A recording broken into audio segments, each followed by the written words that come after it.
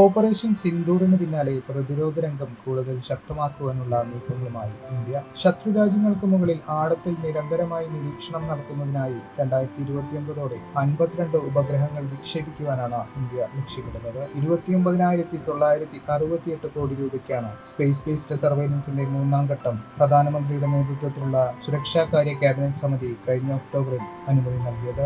ഈ പദ്ധതിയുടെ ഭാഗമായി 52 പ്രതിരോധ ഉപഗ്രഹങ്ങൾ ഇന്ത്യ വിക്ഷേപിക്കും. ഇതിൽ 21 എണ്ണം ISRO തന്നെ നിർമ്മിച്ച് വിക്ഷേപിക്കുന്നതായിരിക്കും. 31 എണ്ണം ഇന്ത്യൻ സ്വകാര്യ കമ്പനികളാകും നിർമ്മിക്കുക. പ്രതിരോധ മന്ത്രാലയത്തിന് കീഴിലെ ഇന്റഗ്രേറ്റഡ് ഡിഫൻസ് സ്റ്റാഫിന് കീഴിൽ പ്രവർത്തിക്കുന്ന ഡിഫൻസ് സ്പേസ് ഏജൻസിയാണ് ഇതിന് നേതൃത്വം നൽകുന്നത്.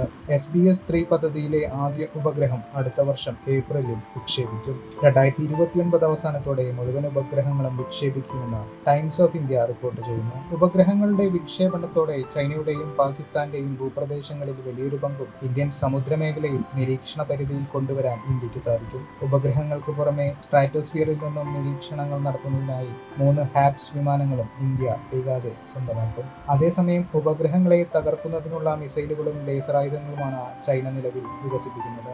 ഇത് ഇന്ത്യക്ക് തിരിച്ചടിയാണ്. നയതന്ത്ര മേഖലയിലെ ചൈനീസ് പാകിസ്ഥാൻ സഹകരണമാണ് പ്രതിരോധ രംഗത്ത് ഇന്ത്യക്ക് വെല്ലുവിളി സൃഷ്ടിക്കുന്നത്.